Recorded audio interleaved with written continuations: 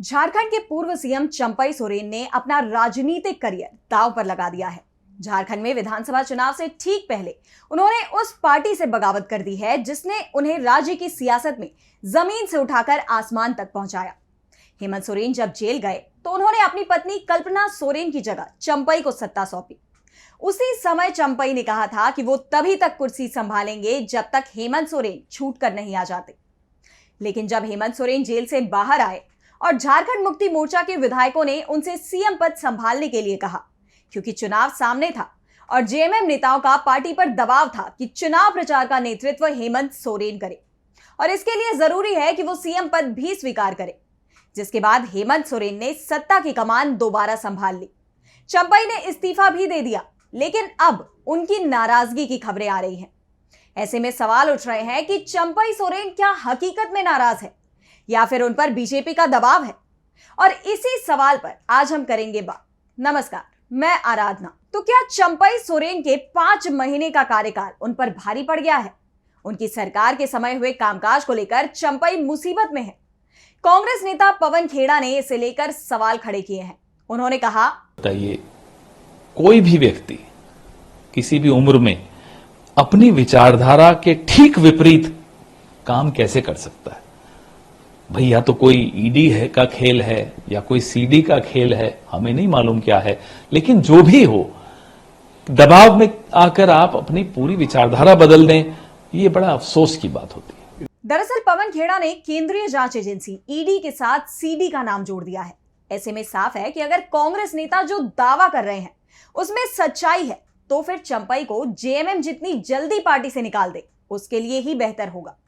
और यह भी साफ है कि हेमंत सोरेन ने चंपई को सीएम पद से हटाकर जेएमएम को बचा लिया, क्योंकि चंपई अगर सीएम रहते तो बीजेपी उन पर दबाव बनाकर उनसे जेएमएम को बहुत बड़ा नुकसान तक करा सकती थी।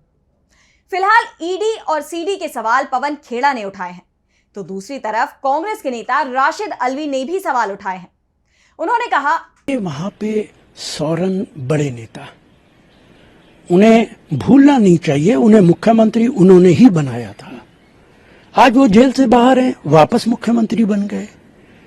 जैसे ही वो दिल्ली आए हैं, गालिबन कल आए हैं, तभी यह एहसास हो गया था कि भारतीय जनता पार्टी के साथ मिलके वो झारखंड में सरकार गिराना चाहते हैं।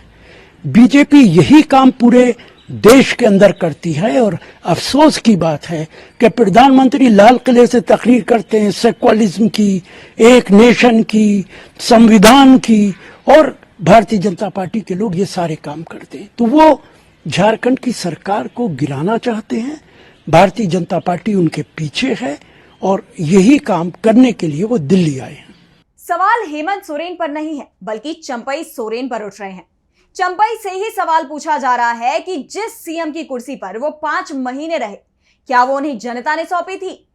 2019 के विधानसभा चुनाव में चंपई सोरेन जेएमएम के उम्मीदवार थे, तो वो खुद हेमंत सोरेन को सीएम बनाने के नाम पर चुनाव लड़ रहे थे। इंडिया गठबंधन ने झारखंड विधानसभा का चुनाव हेमंत सोरेन के नाम पर लड़ा था और बड़ी जीत भी हासिल की थी। चंपई जितने दिन सीएम रहे उन्हें काम करने का पूरा मौका दिया गया, लेकिन झारखंड मुक्ति मोर्चा के विधायक और नेता ही इस बात को खुलकर बोल रहे थे कि अगर चुनाव जीतना है तो नेतृत्व हेमंत सोरेन को करना होगा। चंपई सोरेन की लोकप्रियता बहुत ज्यादा नहीं है और ना ही पूरे झारखंड में उनका प्रभाव है। सिर्फ कोल्हान की कुछ सीटों पर ही चंपई का प्रभाव है, लेकिन चंपई से ज्यादा प्रभाव यहां झारखंड मुक्ति मोर्चा का है। ऐसे में अगर चंपई अलग होते हैं तो इसका कोई बहुत ज्यादा असर नहीं पड़ेगा। वैसे भी कोल्हान रीजन में पहले भी जेएमएम से कई बड़े नेता बगावत कर चुके हैं, लेकिन जिन्होंने भी बगावत की उनका राजनीतिक करियर ही समाप्त हो गया या फिर उन्हें वापस जेएमएम में लौट कर आना पड़ा। वैसे झारखंड कांग्रेस के अध्यक्ष केशव महतो को तो अभी भी इसी बात की उम्मीद है कि चंपई सोरेन कहीं नहीं जा रहे हैं, वो जेएमएम में ही रहेंगे। देखिए, ये सब मीडिया का अफवाह है, अटकलबाजी है। दिल्ली पहुंचते ही उन्होंने कहा कि मैं निजी दौरे पर आया हूं, बेटी से मिलने आया हूं। आप लोगों ने यह भी दिखाया कि 5-7 विधायक उनके साथ हैं, 14 विधायक हैं। आपने एक भी विधायक का नाम हमको बता दीजिए जो उनके साथ अभी आए हैं। वो अपने व्यक्तिगत काम से आए हैं, उसको अफवाह फैला करके न्यूज तिल का तार बना करके ये सारे चीज को अफवाह फैलाया जा रहा है। वह एक जेएमएम के और गठबंधन के बहुत ही समर्पित निष्ठावान नेता रहे हैं, कोल्हान टाइगर कहलाते हैं। वह माननीय गुरुजी शिबू सोरेन के सानिध्य में काम किए हैं, माननीय हेमंत सोरेन जी के मुख्यमंत्रित्व में नीति निर्धारण के प्रबल स्तंभ के रूप में रहे हैं। गठबंधन ने उनको सदैव सम्मान देने का काम किया है। हमको नहीं लग रहा है वह इस सम्मान को छोड़ के और अपनी जो शुरू से जिस पार्टी में है वह छोड़ के कहीं जाने वाले हैं। इसके संबंध में मुझे कोई विशेष जानकारी नहीं है। मैं जानता हूं कि पार्टी ने और गठबंधन ने उनको सम्मान देने का काम किया है, सदैव उनको ऊंचे स्थान पर रखने का काम किया है। आप सभी जानते हैं उन लोगों का क्या काम है, खाली भ्रम फैलाना, जुमलेबाजी करना।